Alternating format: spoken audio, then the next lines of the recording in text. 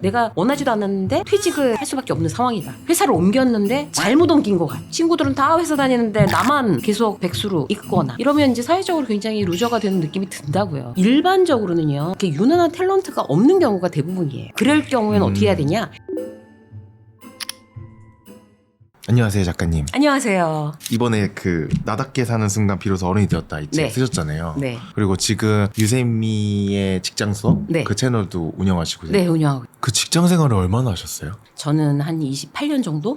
그리고 거기다가 임원까지 되셨으니까. 네. 그 그룹에서 최초 임원이었다고. 네, 네. 그때 어떠셨어요? 저는 그 당시를 회사 생활을 안 해봤으니까 되게 힘들었겠다 이런 생각 막연하게 하잖아요. 그렇죠. 예. 그 영화 있잖아요. 산진그룹 영어 토익반. 네네. 어머니랑 그거 같이 보는데 옛날엔 저랬었어. 근데 거기서 나오는 장면들이 예. 당연히 여자 사원들이 커피 타야 되고 예, 그렇죠. 미리 출근해서 청소해야 되고 네, 예. 막 이런 게 너무 당연했다는 거예요. 예, 그렇죠. 저는 예. 그걸 보면서 되게 조금 지금으로는 상상도 할 수 없는 그때는 네. 너무 당연하다고 여겼었던 일들이 많아요. 어떤 일들이 있었어요? 예를 들어서 뭐 회식 끝나고 나서 뭐 다들 조심해서 들어가야 돼 막 이렇게 얘기하면 네.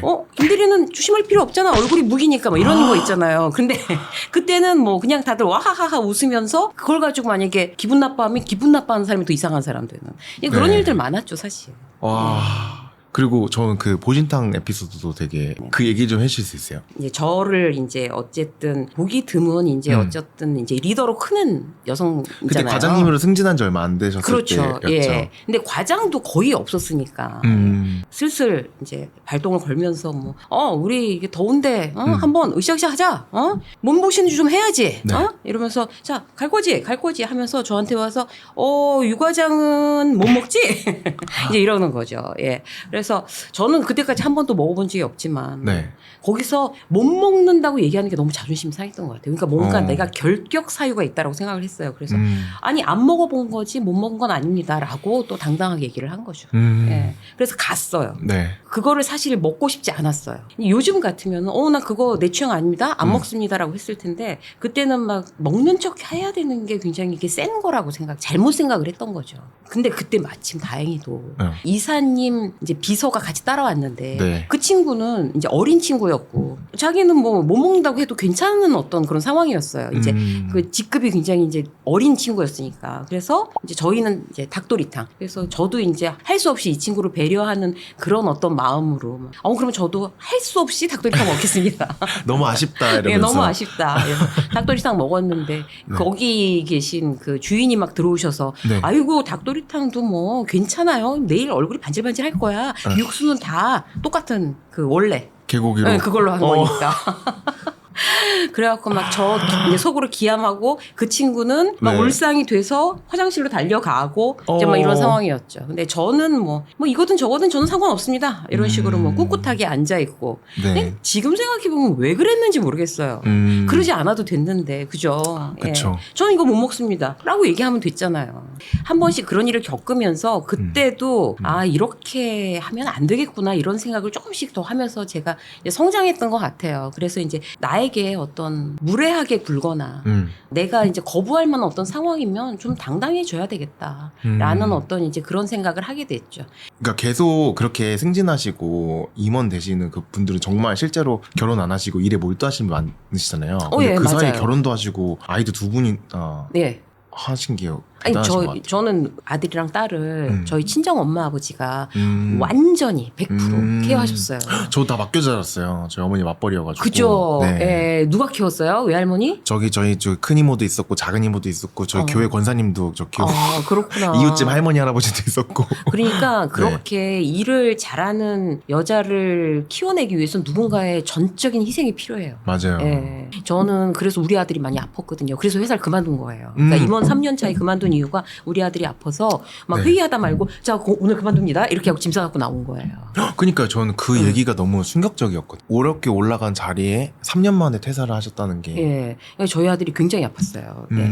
갑자기. 그때 제가 그만두고 싶었겠냐고요. 그러니까 굉장히 이제 나는 직장 생활에 정말 성공했어 이러면서 앞으로 전진 막 이거밖에 없었거든요. 임원을 만들어준 이제 직장 상사들에 대한 어떤 믿음을 저버리고 싶지 않았던 거죠. 그런데 갑자기 우리 아들이 이제 고등학교 2학년 2학년 때. 네. 막 아파서 의사가 저한테 그러는 거예요. 지금 같으면 그런 얘기 할 수도 없었을 건데 왜 어머님은 아드님이 저렇게 아픈데 아직도 회사에서 그러고 계시죠? 라는 식으로 저한테 얘기를 한 거예요. 네. 그게 이해가 되세요? 아니 아버지한테 왜 아버님은 아직 회사를 다니고 계십니까? 이렇게 물어보겠냐고요. 내가 엄마니까 그렇게 물어본 이렇게 거잖아요. 심각한데. 그때는 막 내가 정신이 하나도 없어가지고 아 이거 죄송합니다 선생님. 그리고 그날로 이제 회사를 그만둔 거예요.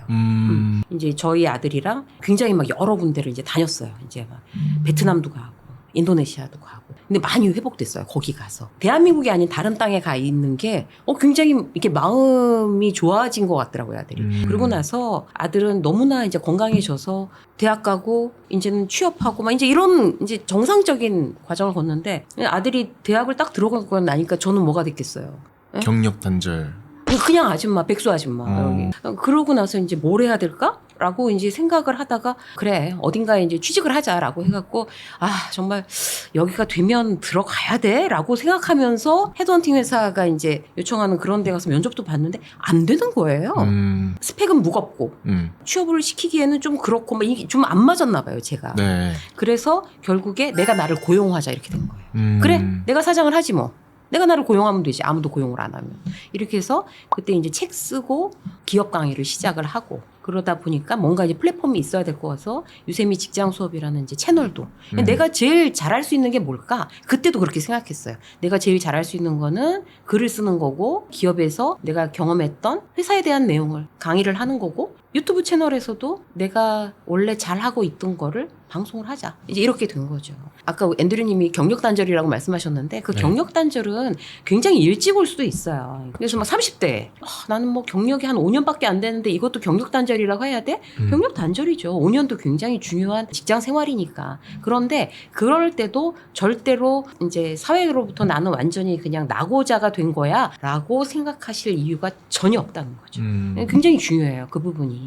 나는 자 최선을 다해서 이제 살았고 지금 내 인생의 굉장히 중요한 부분을 위해서 자 회사를 이제 저는 이제 우리 아이의 치료를 위해서 우리 구독자분들은 뭐 아기를 낳거나 아니면 뭐 또 다른 일 때문에 경력 단절이 됐다고 해도 그리고 나서 다시 사회로 복귀하는데 여러분들이 꼭 먼저 생각해 보셔야 될 거는 내가 지금 제일 잘할 수 있는 일이 뭐지? 이거 생각해 보시는 거 굉장히 중요한 것 같아요. 제가 그때 내가 정말 잘하는 게 뭐지? 라고 생각을 해서 내가 갖고 있는 어떤 직장에 대한 노하우를 나는 글로 쓰고 말로 하고 이렇게 할 거야 라고 생각한 게 저는 사실 잘 맞아떨어졌던 것 같아요.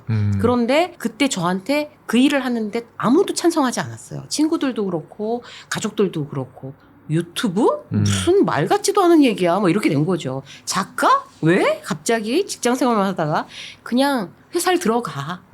아니면 그냥 가게를 해. 뭐 안전하게 뭔가 이제 수입을 창출하고 너의 일을 해라. 이제 이런 식으로 이제 조언을 많이 들었는데 그럴 때 저처럼 이제 경력이 끝나고 다시 사회로 복귀하려는 분들은 생각하셔야 될 게 어떤 건가 하면 남의 말 듣지 마세요. 절대로. 예, 남의 말 안 듣는 게 중요해요. 나 하고 싶은 거. 내가 잘할 수 있는 거. 내가 진짜 내 마음이 원하는 걸로 하는 게 굉장히 중요해요. 첫 번째 사회생활 시작할 때도 내가 하고 싶은 일을 하는 건 중요하지만 그때는 그렇게 할 수 있는 경우들이 사실 별로 없어요. 그때는 내가 배워야 될 거. 내가 싫지만 어렵지만 내가 내 성장을 위해서 꼭 해야 되겠다. 눈물 막 질질 흘리면서도 해야 되겠다라고 하면 억지로라도 해야 돼요. 그런데 경력 단절 이후의 일은 자기가 좋아하는 일로 시작하는 게 성공 확률이 훨씬 더 높습니다. 맞아요. 그리고 거기서 이제 되게 용기가 필요하거든요. 맞아요. 겁도 나고 이게 겁나죠. 이 선택이 맞나? 혹은 네. 내가 선택했던 거를 후회하지 않을까? 혹은 이게 잘못된 선택이 아닐까? 그런 생각들에 이제 계속 사로잡히게 되잖아요. 그렇죠. 저도 그래가지고 이제 마지막 퇴사할 때 이제 예. 제가 썼던 편지가 예. 그러니까 생각 정리가 안 돼가지고 그냥 나한테 편지를 쓰자 해서 썼던 건데. 되게 감성적이다. 네, 저 네. F예요. 거기에 그런 내용이 있더라고요. 지금 너가 한 선택이 불안하고 걱정되고 미래가 어떻게 될지 모르고 근데 이거는 지금 너가 할 수 있는 최선의 선택이다. 그러니까 그냥 믿고 나중에 이 선택을 최고의 선택으로 만들자. 그렇죠. 그리고 네. 그동안 내가 해왔던 것들도 아마 그 시절에는 나한테는 최선의 선택이었을 것이야. 근데 그러면은 그걸 그냥 믿고 한번 기다려보자. 그리고 내가 믿고 한번 선택한 대로 한번 밀어붙여보자. 그게 정말 늘 옳은 선택이었던 것 같아요. 네. 그걸 내가 지금 한 선택을 뒤돌아보지 않고 예. 그 아마 저보다 더 큰 선택을 하셨던 거잖아요. 그 임원에서 이제 나오셨을 때. 앤드류님도요. 네. 늘 옳은 선택을 한 것 같아요라고 지금 이렇게 말씀을 하시지만 사실 옳은 선택을 한 게 아니라 어떤 선택을 해놓고 그걸 옳은 선택이 선택으로 되도록 만든 만든 거죠. 거예요. 예. 항상 맞아요. 그런 과정을 거친 거예요. 그게 제일 포인트 같아요. 네. 그러니까 세상에 사실 나쁜 선택은 그리 많지 않아요. 내가 진짜 뭐 아주 불법적인 일을 하는 거 외에 그리고 비윤리적인 일을 하는 거 외에 나쁜 선택이 세상에 뭐 그리 많겠어요. 맞아요. 그런데 일단 선택을 한 거에는 아까 말씀하신 것처럼 나 스스로를 믿고 이게 최선의 선택, 가장 옳은 선택이 되도록 지금부터 내가 정말 마음을 다해보자. 이렇게 하는 게 결국 그게 옳은 선택을 만드는 거죠. 그렇게 해온 거죠. 원디루님도.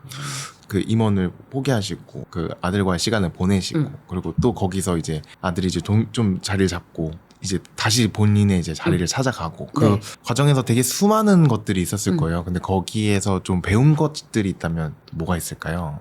제 경험으로 이제 느낀 건 뭔가 하면 어떤 상황이 와도 꼭 나쁜 상황이라고 단정 지을 상황은 없는 것 같아요. 제가 이제 저 책에서도 썼지만 네. 그때는 굉장히 루저가 된 느낌이었어요.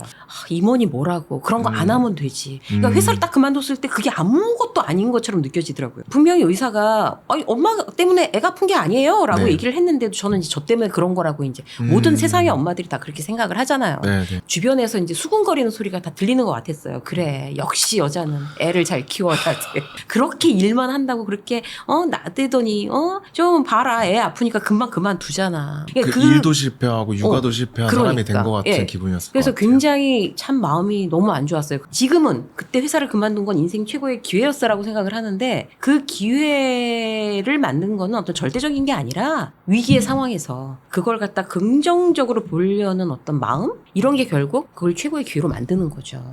그래서 지금 이제 방송 보시는 우리 구독자분들도 사실 그런 생각 많이 하잖아요. 지금 나는 회사에서 굉장히 루저가 된 것 같아. 내가 원하지도 않았는데 퇴직을 할 수밖에 없는 상황이다라거나 회사를 옮겼는데 잘못 옮긴 것 같아. 그럴 수 있잖아요. 분명히 좋을 줄 알고 옮겼는데 이거 도로 가지도 못하고 여기 도저히 안 맞는 것 같아. 그만둘 수도 없고 굉장히 여러 해를 애썼는데도 원하는 직장을 못 구해서 친구들은 다 회사 다니는데 나만 계속 백수로 있거나 이러면 이제 사회적으로 굉장히 루저가 되는 느낌이 든다고요. 그런데 사실 여러분들의 위기는 여러분들이 가장 좋은 일을 만들어 가기 위한 과정일 뿐이에요.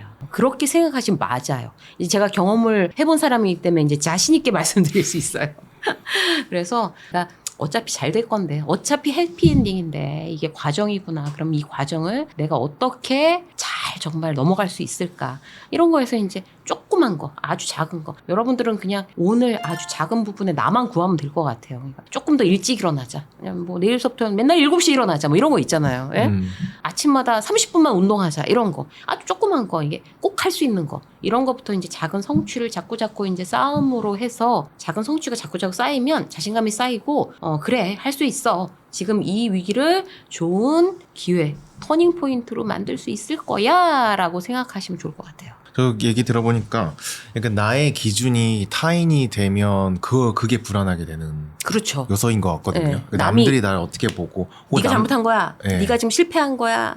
너는 지금 너무 늦었어 라고 얘기하는 거 그런 거 신경 안 써도 된다고요. 혹은 그 시선이 이제 남들에게 갔을 때 남들은 이런 거 하는데 저런 거 하는데 요만큼 갔는데 이만큼 해놨는데 그 시선을 이렇게 나에게로 맞추면은 나에게를 가는데 용기도 생기고 그런 불안이나 이런 것들에 휘둘리지 않고 그럼요. 내가 가고자 하는 방향에서 나에게 가장 필요한 게 뭔지를 볼 수 있는 것 같아요. 그거를 못 보게 되는 이유는 다 그게 내 외부로- 마음이 딴 데로 가 있어가지고. 맞아요. 외부로 외부로 시선이 향해 다 가 가 있으니까. 예. 그리고 더 중요한 거는요. 남들은 나를 돕지 못해요. 맞아요. 예. 내가 나를 도와줘야 돼요. 내가 나를. 근데 항상 우리는 불안해해. 남들 눈 때문에. 그거 정말 소용없어요. 맞아요. 오늘 되게 좋은 얘기 많이 해주신 것 같아요. 직장생활 꿀팁을 거의 예, 그거 하라고 저 부르신 거 맞아요, 아니었어요? 맞아요, 예, 맞아요. 맞았죠. 예. 그 재밌는 에피소드 많이 얘기해 주시고 너무 좋았습니다. 고맙습니다. 오늘 여기까지. 예.